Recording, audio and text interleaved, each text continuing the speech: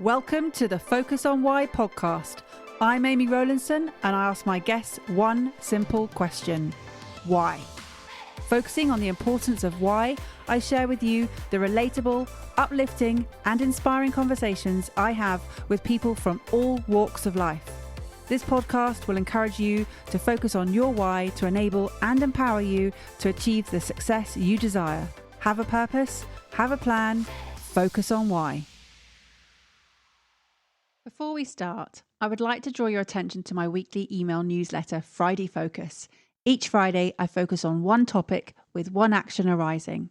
The link to sign up is in the show notes, or head over to amyrowlandson.com and sign up right now. Today on Focus on Why, I am joined by Sam Knowles. Sam, hello and welcome. Hello, Amy. Good to see you. Well, it is great to see you too. And you've just been away for a week. How exciting.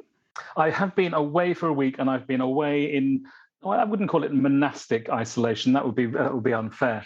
My wife and I took a cottage in Up Lyme, just above Lyme Regis in Dorset, and she walked and read and swam and meditated, and I wrote between usually about 6 or 7 a.m. and about 5 p.m. I'm writing a book. I'm writing a third book in a trilogy on using data smarter, and it was a very productive week. Data smarter. That sounds really interesting. And I have read one of your books, Narrative by Numbers, which is fascinating. And even though I'm not a detail, well, I am a detail person, but it was interesting because it was a great mix of both the detail and also the narrative. It was a friendly way of approaching data, I would say.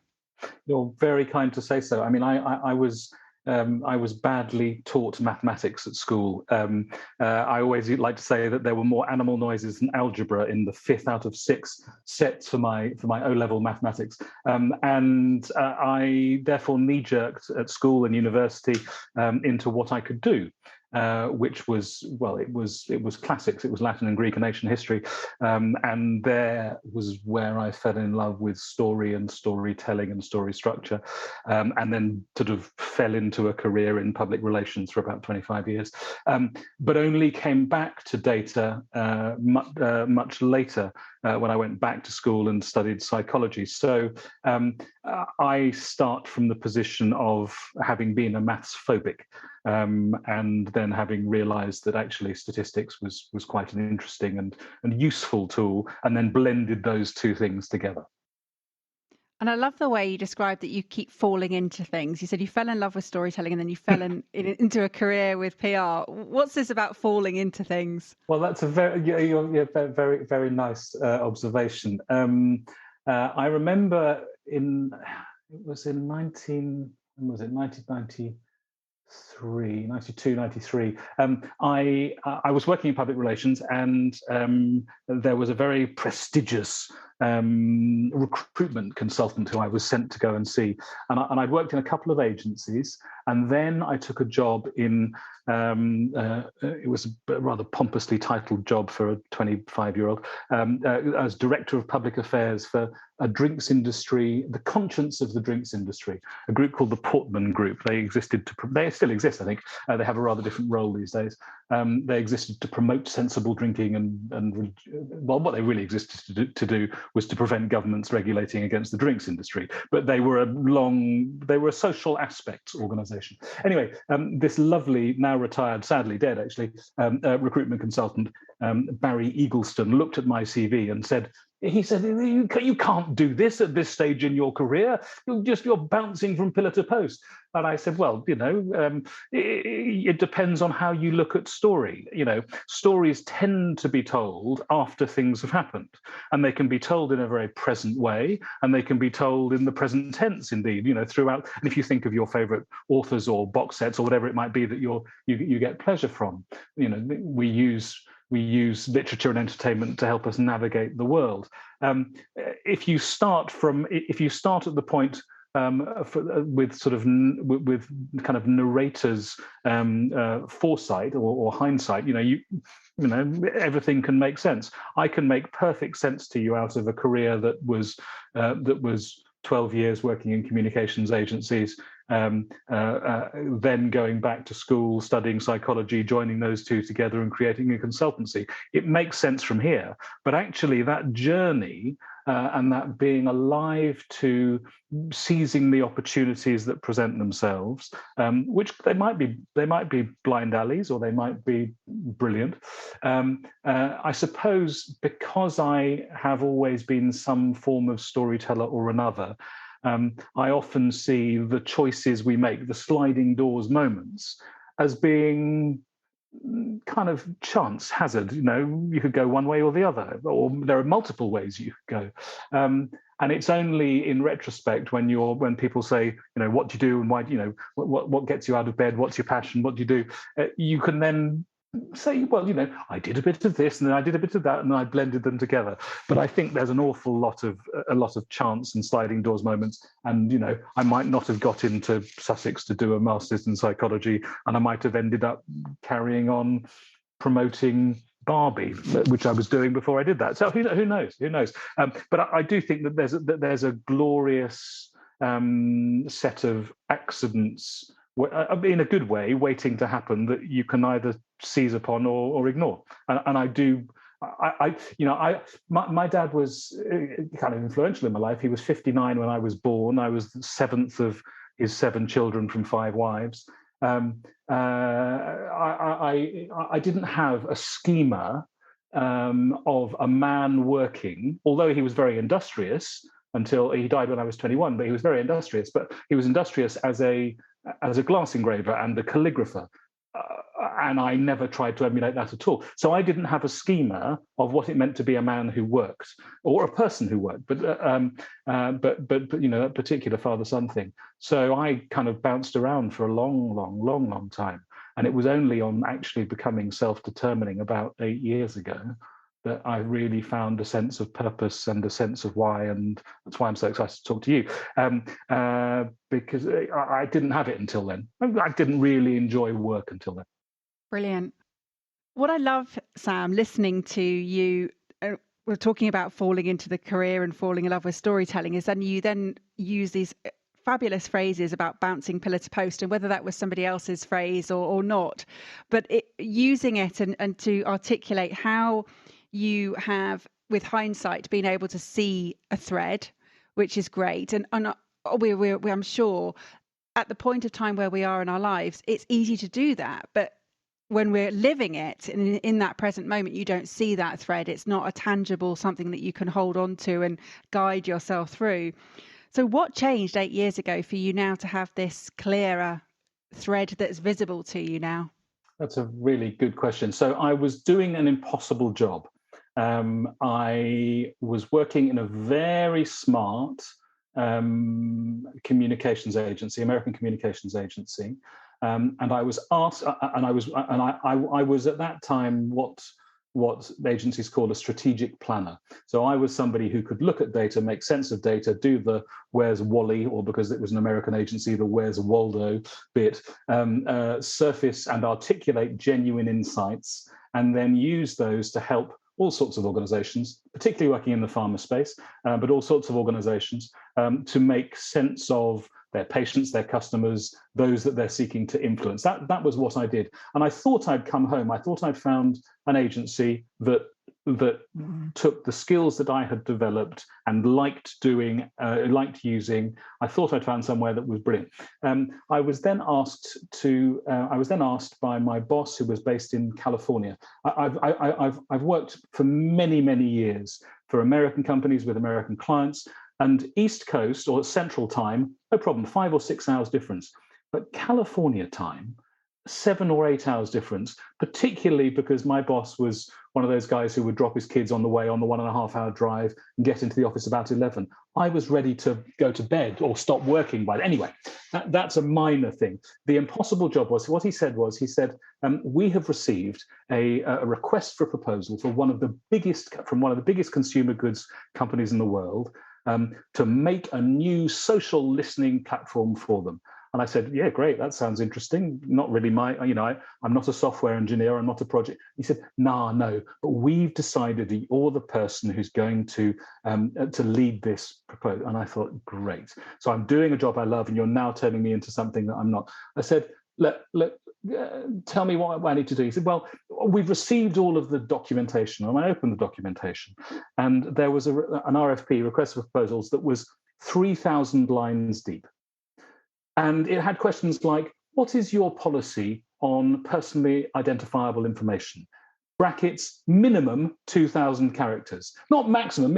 So, and that wasn't all questions. Anyway, it was my job over 6 weeks to complete this, go around the firm. He said, it'll be the perfect opportunity for you to know everyone in the business. And I did. And I then led a pitch team. I won't name the company, but I then led a pitch team. And I had, for the one occasion in my life, I was the diversity in the room. Now, for a middle-aged white bloke, that's unusual, right? And not least because there were 6 men in the room who were presenting. They were all white. They were all we all had monosyllabic names. There were Seth and Paul and Chuck and Bob and Tim and Sam. But I was the only Brit in the room. I was the diversity in the room. And, because, I don't know, my grandmother went to RADA with Charles Lawton, and because I've done a bit of acting and there's a bit of a plum lodged stuck in my throat somehow, and because I'm a bit theatrical, they kind of fell in love. Another fall there. But I was this figurehead, and it was the $6 million piece of business. Literally, I've never pitched a piece of business bigger in my life. And there were 100 companies tendering, 25 pitching, and we won it. And then, in a thunderstorm in a Midwest American city, my boss had a conversation with his boss, who said, I want you to know this is our number one priority, and I want you personally to take care of it. And he said, yes, of course. And then the other guy sort of waddled out to the loo, and my boss turned to me and said, when I said me, I meant you, and you're going to build this. And so I then spent about 5 or 6 months falling apart, trying to do something that I couldn't do with a team based in Boston, Malaysia, Latvia, and Bangalore. And I wrecked a holiday. I was in a lovely Greek villa on the island of Paxos, with 1 bar of Wi-Fi, trying to control this virtual team, building something that wasn't working. And my very wise wife said to me after about 4 months of this, she said, this can't carry on. I don't want you to run away from what you're doing now into nothingness. She said, if you want us to sell the house, live in a caravan and grow mushrooms in a field, that's fine. But what I want you to do is to head towards something with purpose.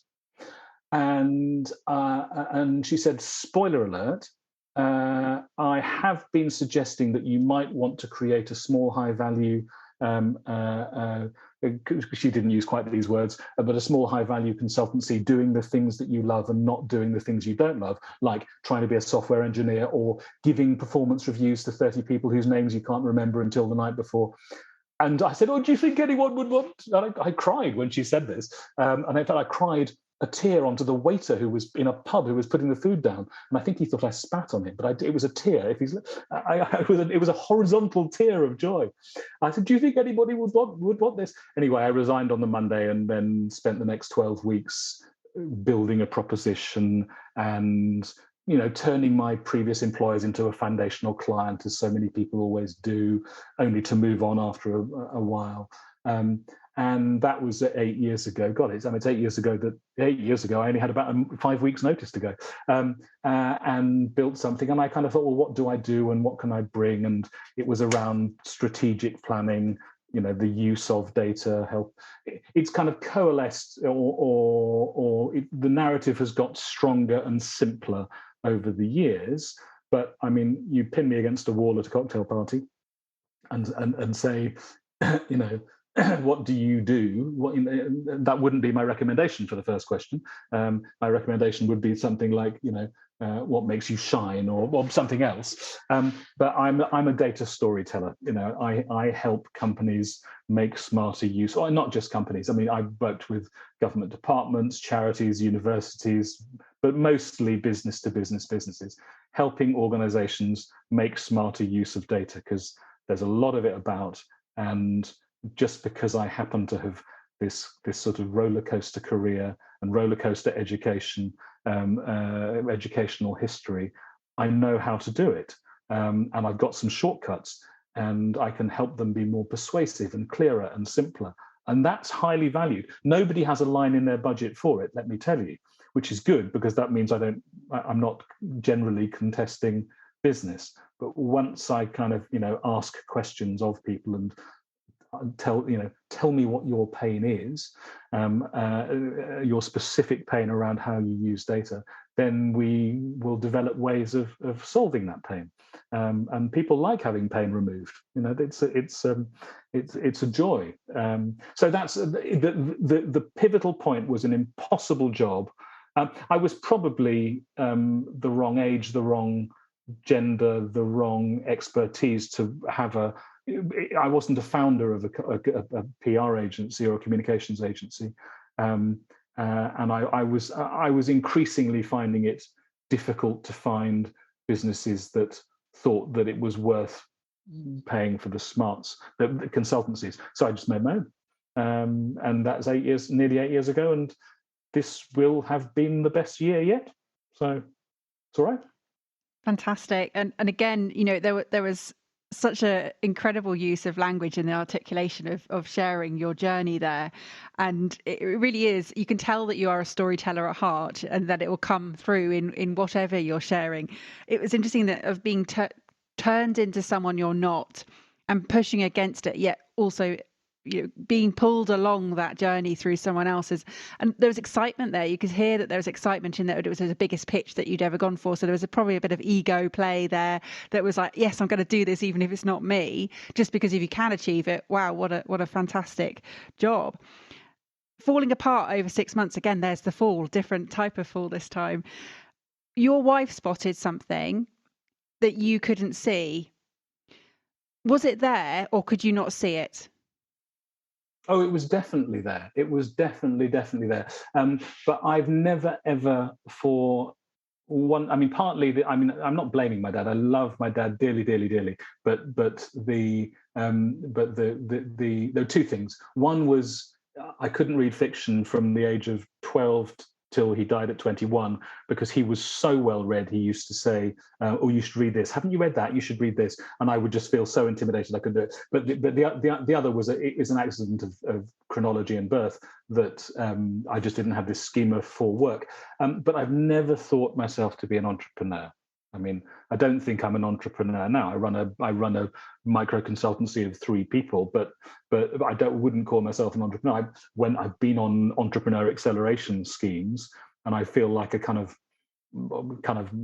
hoary, snaggle-toothed outsider, because I'm not like everybody else. That doesn't mean I didn't get stuff out of it, but I've never thought of myself as being an entrepreneur, and I didn't want to risk. I didn't want to take the risk, except the moment that in 2013 that I did take the plunge, because I'd gone back to school for 4 years at the beginning of the 2000s, at the time when property prices, apart from under the pandemic, were at their steepest incline, and I hadn't moved on that ladder.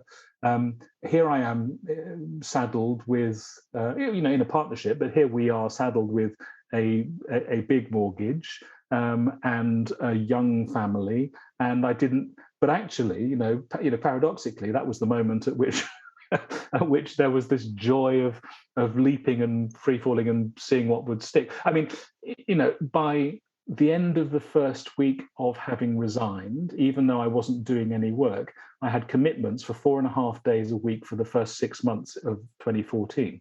So there was I got a sense of confidence early that there was a network that was going to be helpful. and I'm a serial non-burner of bridges. And that's not just because I want to have a nice time all of the time, but I really never burn a bridge, because who knows where they're going to move. And I don't mean that cynically.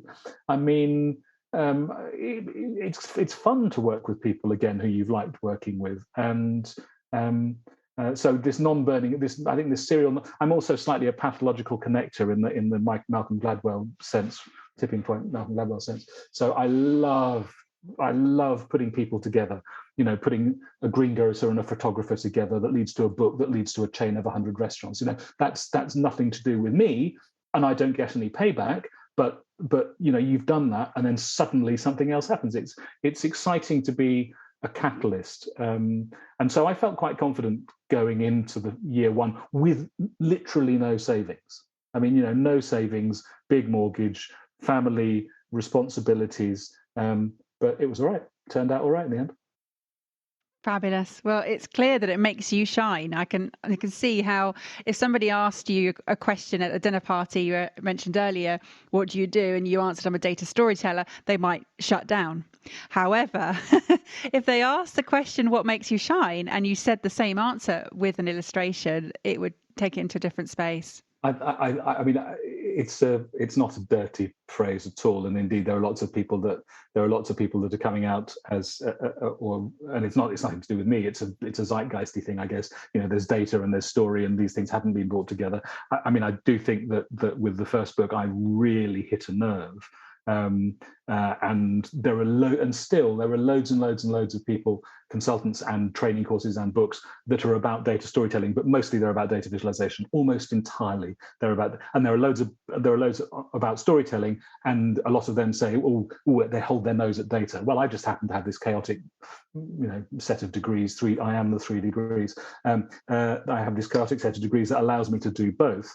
But I quite like using the phrase because often people are scared, or they don't want to, or they have maths phobia, or they don't want story polluted with data. But I use it as it's a beautiful fire and ice phrase. The two worlds of analytics and storytelling should, under what we understand of psychology and what the way that we're in, particularly in the UK and the US, I guess.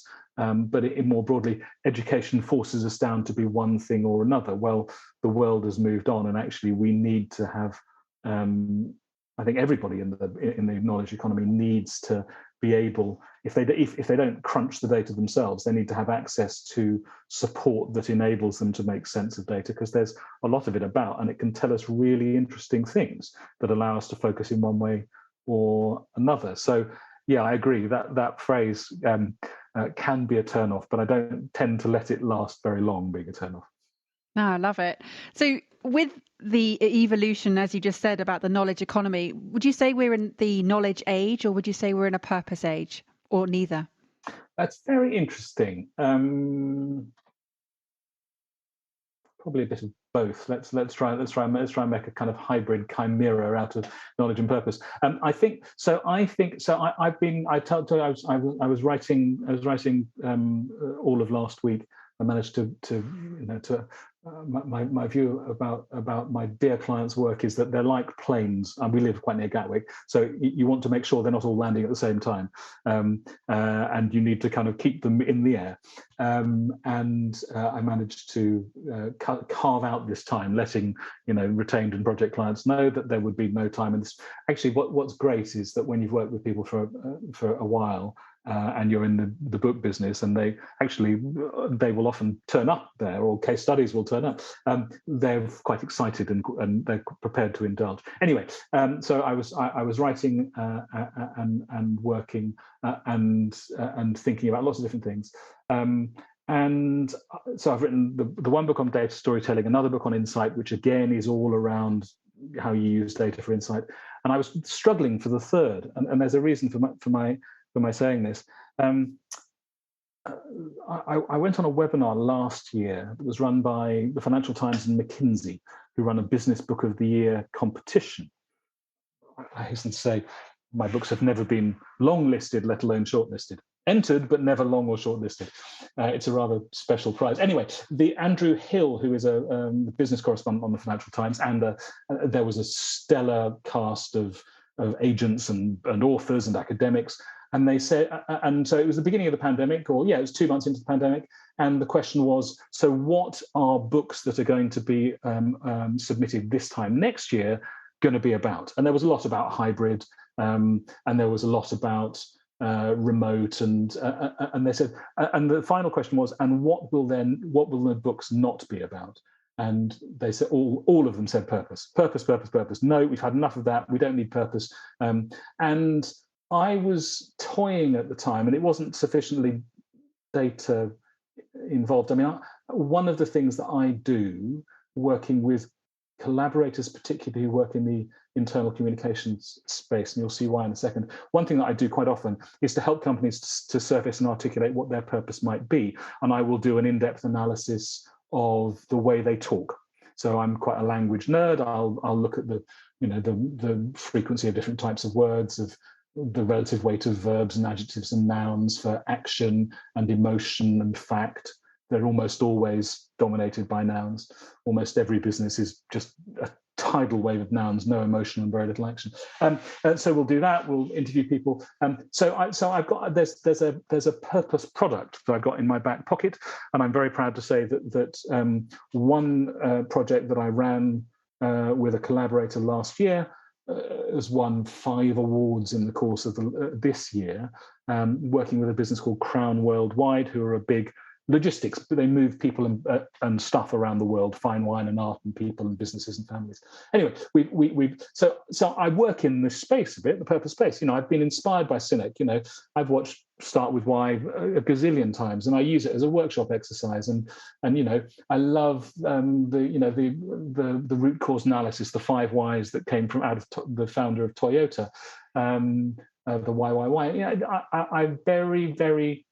And I was a bit sideswiped by this comment from this very esteemed panel. They were, I really respect them, because I'd started to sketch out some ideas for a book that it was going to be called "It's Not About Saving the Planet; It's Much More Important Than That." And I think that I'm very interested in purpose. I'm interested in what Nike did with Colin Kaepernick. I love what Dove has done with Real Beauty. They've had a few missteps, but generally they've done well. I love P&G, Always Like a Girl. I love Sport England, This Girl Can. Stabilo, the highlighter pen. Our friends, I'm sure you have plenty of these. They ran a brilliant campaign called Highlight the Remarkable. And that campaign basically took black and white photographs of all of the men who had claimed that they'd taken credit for something, and then highlighted the women, literally highlighting the women to show the hidden stories. When Roosevelt had a stroke, his wife ran the country. But that was airbrushed out of history, and because Americans couldn't have coped with that knowledge at the time. So I am very, very, Patagonia and Ben and I've worked for Ben.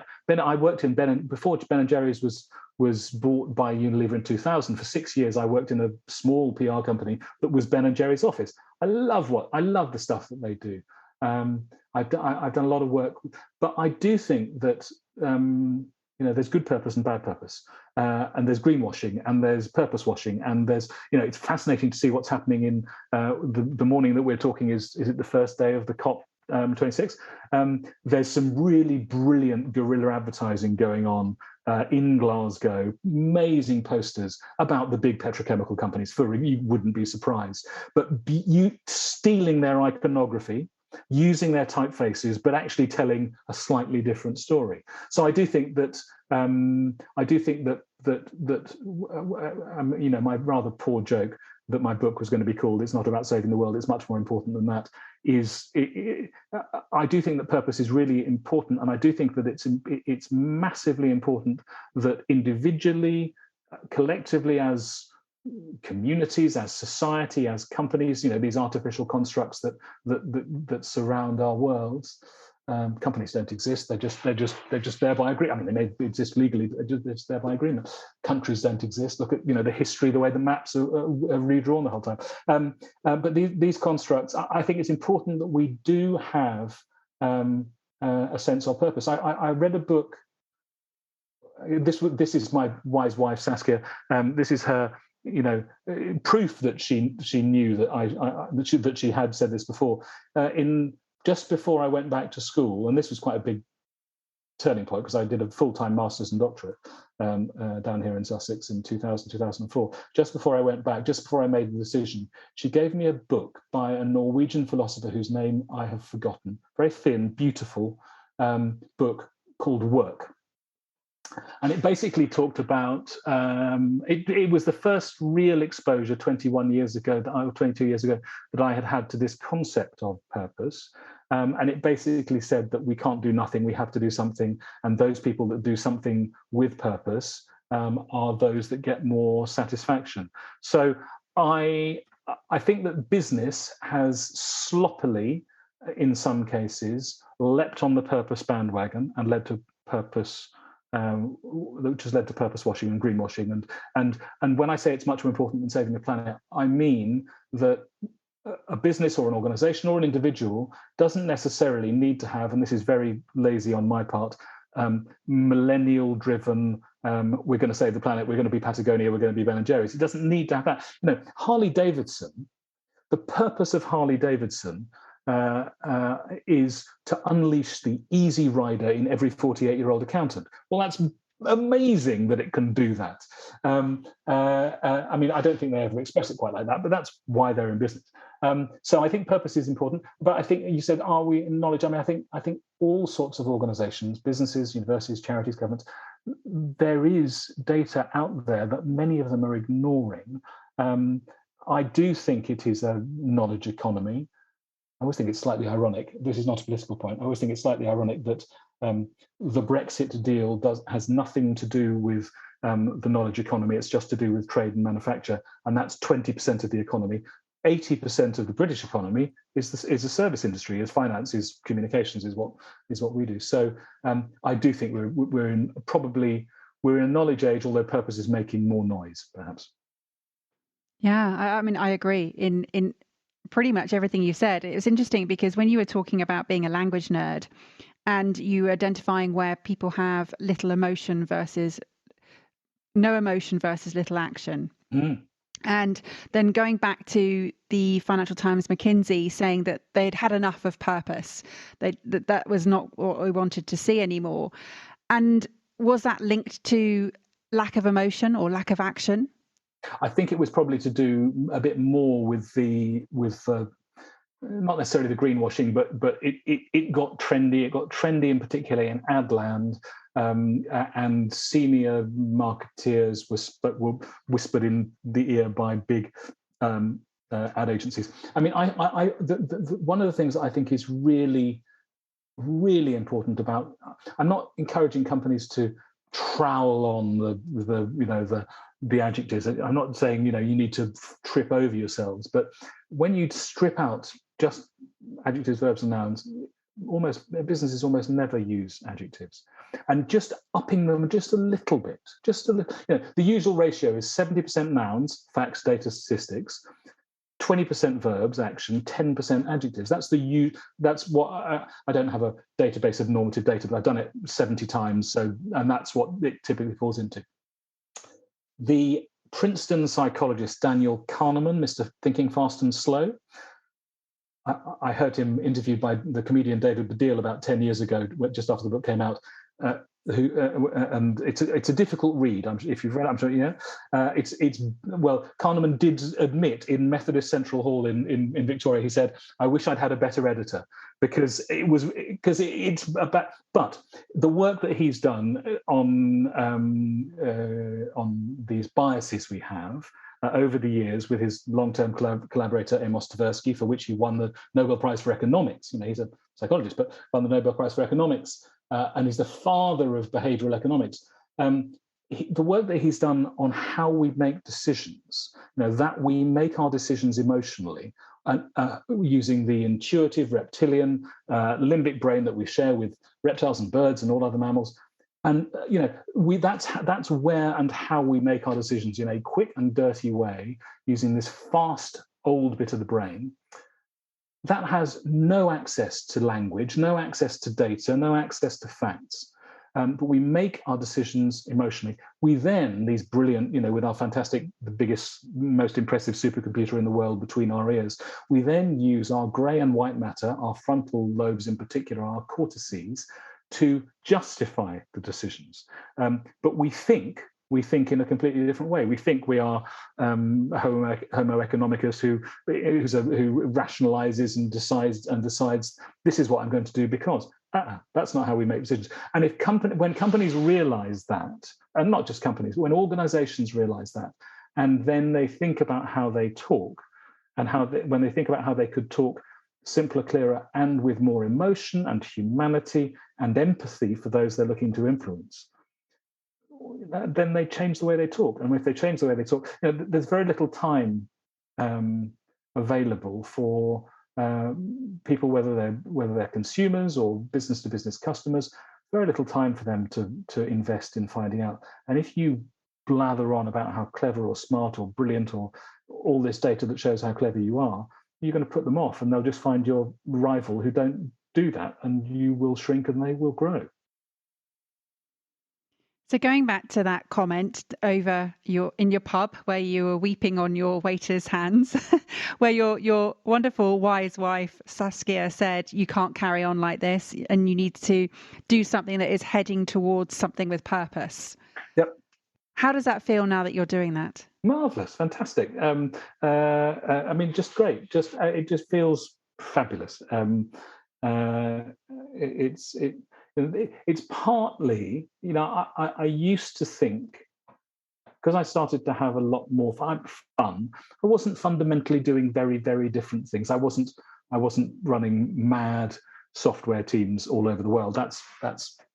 I've not pursued that. That's something I've not pursued. But because I started to have a lot of fun, I thought, it's because I'm self-determining. It's because I've not got a boss. I've got lots of bosses, they're my clients or my collaborators or I've got plenty of bosses. But it's not about, I thought it was all about the freedom and the independence and the self-direction. And it's partly that. On my wall, I've got a set of things for what I'm thinking about doing next year. And 2 or 3 of those involve partners. If I was working in an agency, or even if I was running an agency that was my own, or that was owned by somebody else, or whatever, there would be, what percentage of your time is billable? There would be, billability ratios. And I've done that. I don't have that now. I run a tight ship, and I want to use time wisely. But I carved a week out last week to go and write a bit of a book, and I'll carry on doing that until it's done by the end of January. Publishers, it'll be on time. But the freedom to be able to say, I'm going to invest some time. Amy, why don't we create a purpose product together? Or you meet somebody and there's lots of opportunities, but the ability to look up. I was always struck by a great and very challenging French client I had. He worked at Unilever. He's really a mountaineer, but and I mentioned he's a mountaineer. I mean, he is a mountaineer. That's what he does for fun. But he said, "You English," he said, "when you walk along," he said, "for example, I was walking down Regent Street the other day, and you've got this amazing architecture. And all that the English do is look down." He said, "Now in the age of the smartphone, you just look down at your He said, "It's not just an English disease," but he characterized it. And because he's a mountaineer looking to the summit, he's always looking up. Right? And so I thought it was a good challenge. And I have found, 1, the act of being self-determining, but 2, following something with purpose means that I can look up. I not always look up. You've got to get your head down sometimes, but I can look up. And if an interesting opportunity comes along, you can invest some time and some energy. And it might be, time and energy at the weekend or the evenings or whatever, but you can invest some time and energy. And most of these things don't come off. Next to my post-it note that has 3 possible collaborators for next year for doing something new, I've also got a sort of memento mori, which is the list of about 150, not on the wall, but partnerships that never came off. Just as a remembrance that these things rarely bear fruit. But boy, when they do, like this purpose campaign I was telling you about. That's won load of awards. That's great. It's a great shop window, and then other people want to do the same. And so, looking up rather than looking at either your phone or your feet, I think. Yeah, I love that, and I love that you've shared with us 3 authors. We had Simon Sinek, you've had Daniel Kahneman, and the author of Work, who I think might be Svensson. Yes, that's right. Okay, there we go. So we've got those 3. Looking at the collection of your inspirations, and I'm sure there have been many, many more in the areas of purpose. But what is it that holds your focus now? What is it that sort of holds all of those strands together? You've got the psychology theme, you've got the sort of the business theme of what it is that you're doing. But what is it that you are shining with? What is it that you're just want to leave as a legacy or live through the legacy as well? I got a little shiver then, not because I thought there was anything important, but that's such an excellent question. So I often meet because I'm hung around for a while, and I leapt maybe a bit earlier than some of my friends or clients. I often get people saying, "Oh, could we have a conversation, or would you mind talking to so and so because they're looking to." They don't know whether they should take another corporate job, their last corporate job, or their penultimate, or should they go it alone? And I'll have conversation. I'll just say, where do you shine? What can you bring? And more often than not, they will say, I can do this, I can do this, I can do this. I'm a great innovator. I'm a fantastic leader. And I will sort of pause and I'll say, yeah, but what's the one thing that or well, I'll limit them to 3 to begin with, and they'll probably give me 5. Or let's whittle it down. So there's lots and lots and lots of things that lots and lots of people can do, and there's lots and lots of things that I can do. So I don't talk about at the moment the purpose product. It's not codified. It works, but it's not codified. I don't talk about it on website. I don't really blog or podcast about it very much, and it's not because I'm embarrassed about it. Far from it. I shout about winning awards for it for sure. Show off about that, no problem at all. But I think it's very important to stay focused. So I'll give you that principle. And I, as I said right at the beginning, like to make sense of things. One of the bits I wrote in the introduction to this new book is I've written my 3 books in the wrong order. Entirely the wrong order, because the thing that seems to resonate is when I say to come to prospects or clients or collaborators or podcast interviewers, I help companies or organizations, particularly companies, make smarter use of data. There's a lot of it around. It's confusing, smog, information overload, big data, pain. So I help them make smarter use of data, and I do that in 3 ways. I do that in helping them to ask better questions of the data. And I mean that quite technically sometimes, but ask better, smarter questions so that they can get the data they need to surface and then articulate the insights into their customers or electorate, or I don't do much political work, but into those. So ask the questions to get the insights, to tell the stories that balance in a human and an empathetic way the rational with the emotional, more correctly, the emotional with the rational. So, and I wrote the books in the wrong order, but history won't remember that, will it? It doesn't really matter. They're all important. But no, I think I say it's a singular focus, and I've given you 3, but it's all about where are you on your journey with data. I'm not a I'm not a digital transformation type of guy. That's not what I do.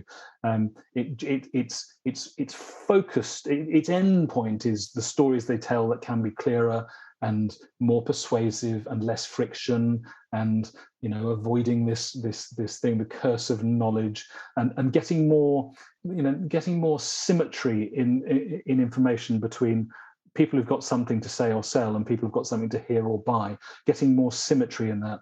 And I think that this curse of knowledge. Steve Pinker, the Harvard psychologist, wrote this lovely book. He's written lots of quite difficult or challenging, but they're all lovely books, but a book called The Sense of Style. And he really focuses on, in the third chapter of that book, on this curse of knowledge, which is, the difficulty that there is for anybody, particularly when you're in a technical area, but the difficulty in understanding what it's like not to know something that you know. Because of hindsight bias, because you know it already, it's difficult to stop that. And particularly when it's technical and data-led, people want to show their workings out. They want to prove that they've actually done the work. But that's not what the audience generally wants to hear. You can say, we looked at this data set and this is what we found. This is what it means. So what? This is what we should do as a result. Now what? That's great. People who are interested will say, tell me more. That's nothing like the data I've seen. Tell me more. And that allows you then to say, okay, well, I'll show you the data that led me to that. But if you take them through the processes that you've done, I work with the market research industry a lot. And they are they're my favorite clients for two reasons, because they are the most guilty of, it's not death by, it's genocide by PowerPoint, slides 1 to 162. They're guilty of taking you through every single thing every cross tabulation they've ever done, and every men do this, but women do that. And then, but has anything changed? Is anything different? What's the story? But they're also, I love them also because they are among the quickest to learn the error of their ways, and to know that you can have an appendix for a reason. Google has this rule: when you're giving feedback on research, you're allowed 3 slides.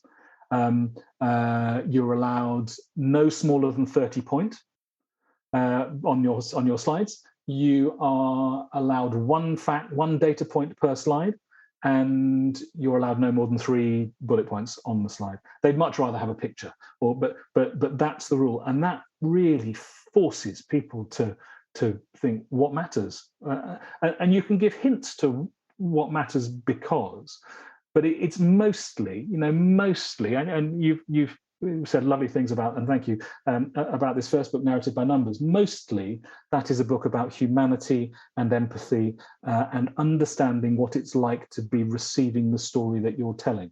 Because if you don't do that, you're going to turn people off and turn them away. And I don't think people want to do that. They just do it because they think that they should. Well, I don't think you've turned anyone away, and I'm sure that people want to get in contact with you, Sam. So what's the best way that they can? The best way, I would say, probably, and I'm very transparent and very easily findable, but I would say the best way is probably LinkedIn, where I am Sam Knowles Data Story. That's me. But there aren't many Sam Knowles Data Stories on there. And then there's all of the contact details are available there. That would be the easiest place. I mean, where the work is done is at insightagents.co.uk. Perfect. Well, they'll both go in the show notes.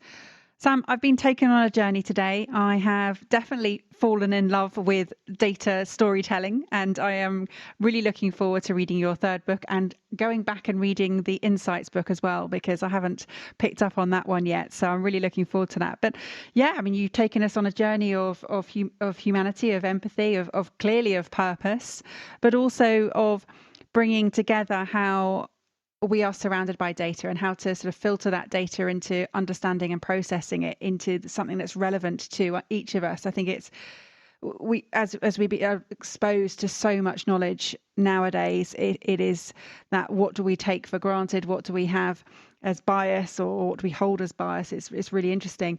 But yeah, I will definitely be looking up more for sure. So thank you. Great pleasure. So do you have some final words for the audience, please, Sam? I don't know if it's advice or I don't know what it is, but I think really focus on the thing that you do brilliantly. Strip out as much of the data as you can. I'm not anti-data. Don't get me wrong. I'm not anti, but in your elevator pitch, in your cocktail party pitch, it doesn't matter what it is. Focus on the way that what you do brilliantly can take away the pain of if you're selling something, but can take away the pain of those that you're talking to. But that relentless focus on what you do brilliantly, and not giving a laundry list of all the things you could do if you were forced into a corner. Thank you for listening to Focus on Why with me, Amy Rowlandson. To show your appreciation and to help other listeners understand what value you have received from tuning in today, please leave me an Apple Podcast 5-star review. Remember, the conversation doesn't end here. To keep it going, connect with me on LinkedIn, Instagram, Facebook or Twitter, or join the inspiring, uplifting and positive Focus on Why Facebook group. All the links are in the show notes. Have a purpose, have a plan, focus on why.